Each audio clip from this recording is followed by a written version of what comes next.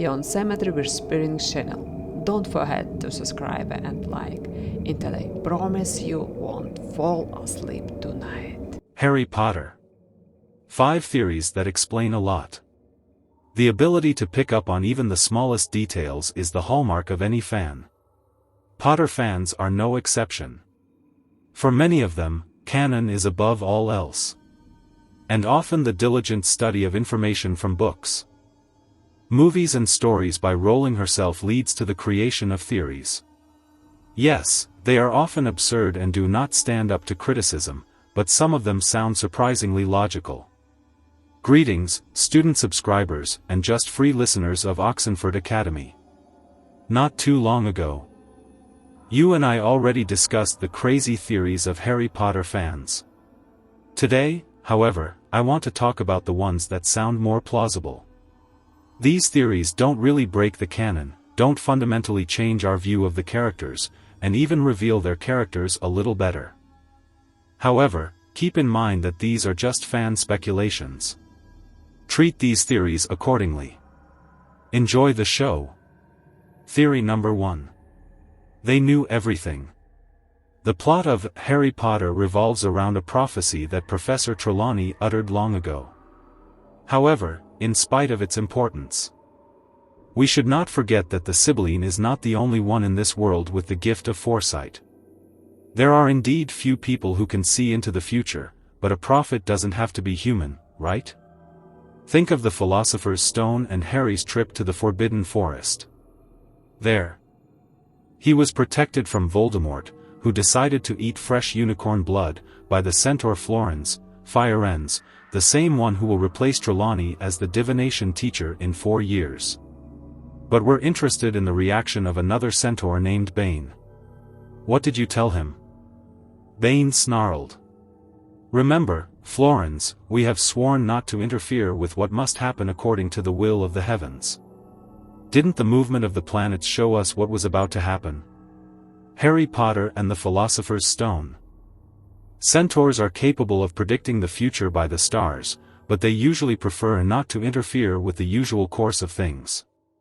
And Bane is enraged when Florens saves Harry. But what kind of future could the centaurs see in the sky if they were willing to let an 11-year-old boy die? Even though the customs of their people explicitly say that killing foals, children, is the gravest crime. Wouldn't non-interference put some of the blame for what happened on their shoulders? It's not hard to guess that according to one theory, the centaurs foresaw Harry Potter's death in the Forbidden Forest at the hands of the Dark Lord back in the Philosopher's Stone. And it seemed to them that Florens could interfere with the will of heaven. This explains Bane's displeasure. However, the centaur's prophecy came true anyway.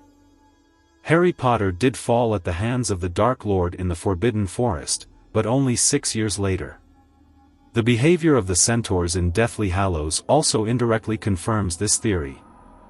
The Tabun remained neutral until the last and intervened in the battle for Hogwarts only after their prophecy was fulfilled. Rowling even put extra emphasis on this fact. Bane.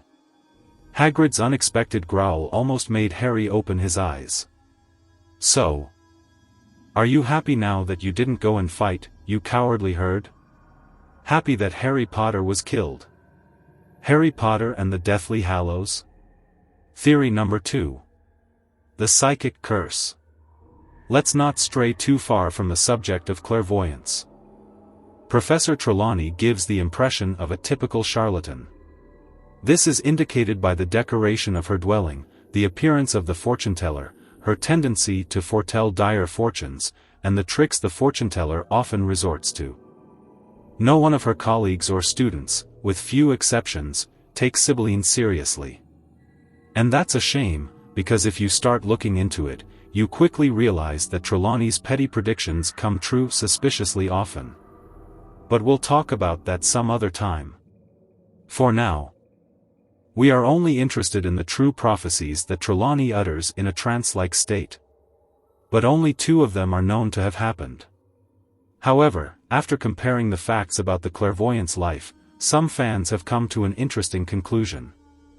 What if Sibylle Trelawney is constantly predicting the future? And I'm not talking about minor predictions now, but true prophecies. So, what do you and I know about Sibylline? First of all, Trelawney doesn't remember anything said during the trance.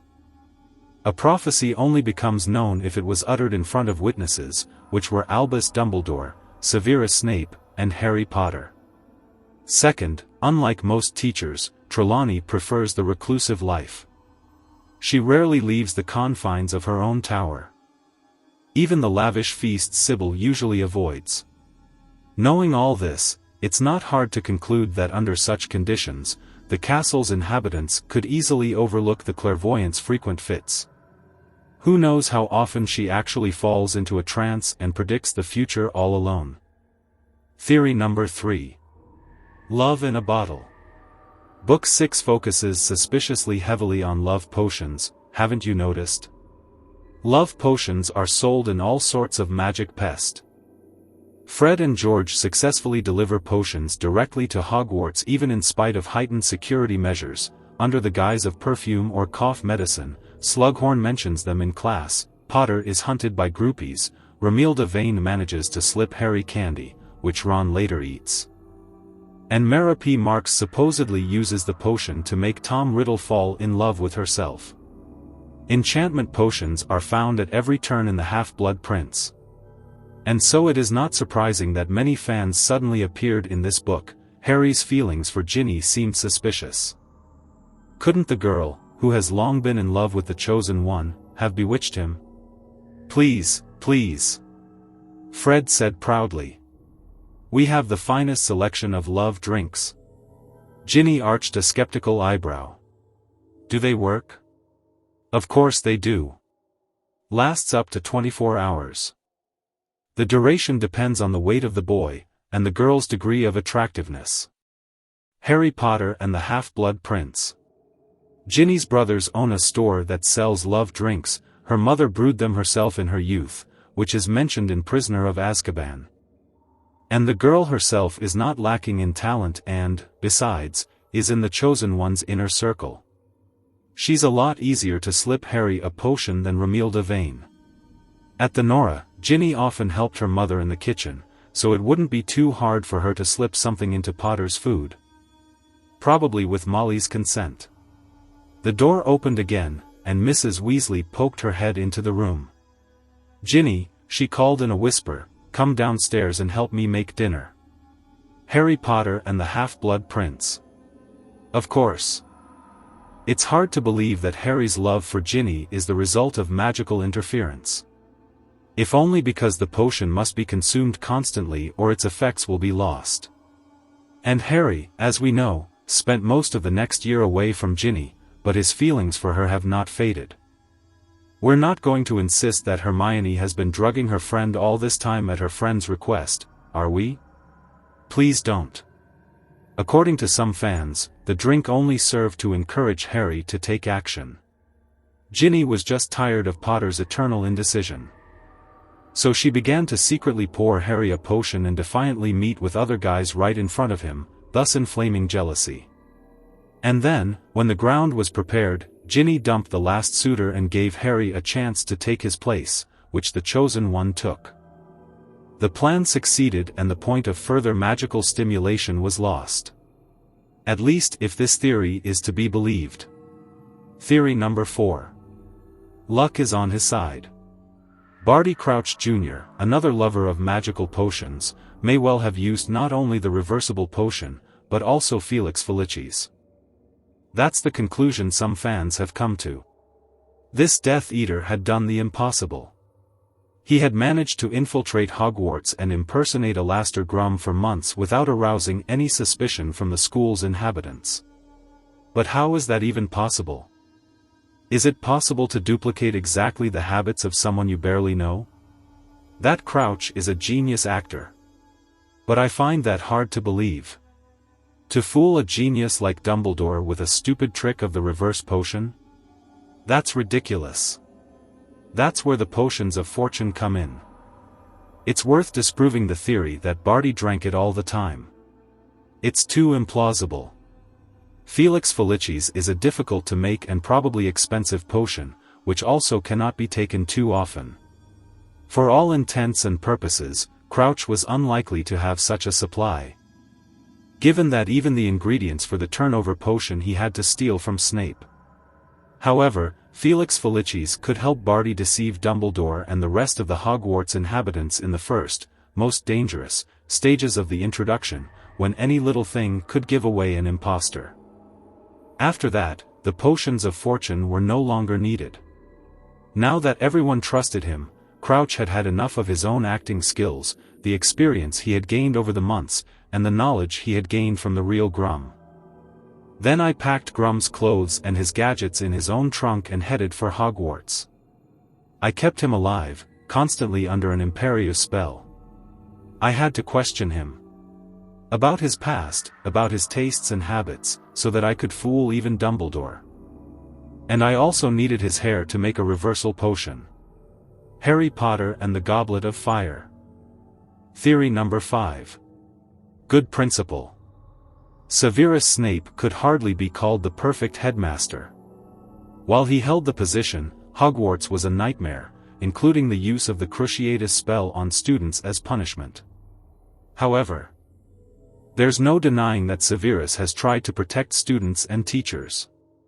First of all, Snape limited the interference of the Eaters in the life of Hogwarts, because in addition to himself there were only 2 minions of the Dark Lord. And if the castle, not in Hogsmeade, had a whole garrison, Potter and the defenders would have been much more difficult. Also Severus kept all the teachers, including Trelawney, Florence and even Hagrid, in their positions, even though his former colleagues hated him. Thus he left them under his protection. Hagrid, one of Dumbledore and Potter's most loyal friends, tried to get arrested only after he foolishly decided to organize a party on Hogwarts grounds in support of Harry.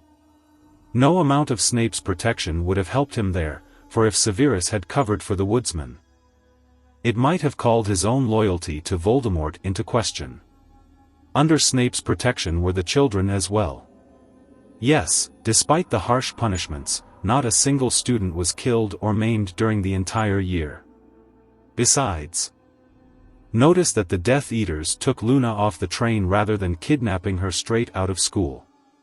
But why didn't they just ask the headmaster to give up Lovegood's daughter? Could it be that they were afraid to ask one of Voldemort's closest supporters, who, like his master, loved Hogwarts? It seems that that was the case. The Death Eaters simply did not dare interfere in the affairs of the school entrusted to Snape. And Ginny, Neville and Luna, who tried to steal the sword of Gryffindor from the headmaster's office, were sent by Severus to Hagrid as punishment. Apparently, Snape was afraid that the wayward students might provoke the silly Carrows, who were responsible for discipline, into aggression. And he was well aware that for Ginny, Neville, and Luna, Potter's closest friends, spending time with Hagrid would not be punishment. Professor Snape had sent them to the Forbidden Forest, to that oaf Hagrid. Hagrid is no oaf.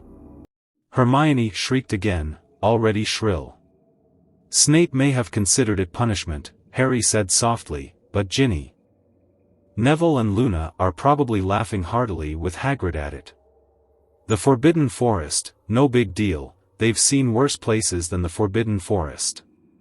Harry Potter and the Deathly Hallows. But one theory is that in addition to protecting the inhabitants of the castle, Snape decided to start secretly exterminating the Devourers. How, exactly? Yes, with the help of his own lord, who cursed the position of Teacher of Zodi. He deliberately gave the post to Amicus Carrow, knowing full well that he would not last more than a year and probably hoping that things would not end as well for him as for Quirrell or Locons. And if Voldemort's power had lasted a little longer, in that unsophisticated way Snape could have gotten rid of a couple more of the Dark Lord's henchmen. But that's just a theory. Thanks for watching it all the way to this point. I hope this means you found it interesting, and if it was, don't forget to like it. Share your opinions in the comments and subscribe to the channel not to miss other interesting articles.